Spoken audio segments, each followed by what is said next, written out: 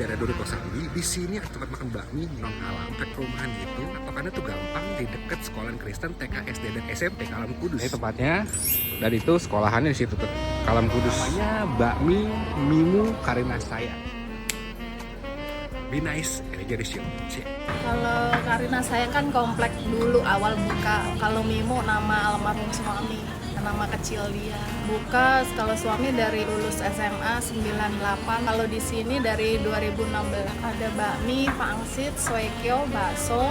Untuk bakmi ada 3 macam, bakmi kecil, bakmi karet, sama bakmi lebar. Yang paling favorit bakmi kecil. Pangsit suekyo juga banyak yang nyari. Untuk bakmi bikin sendiri, pangsit suekyo bikin sendiri. Ada 3 porsi, ada porsi kecil, porsi biasa, sama jumbo. Ada mie ayam, mie campur, sama spesial.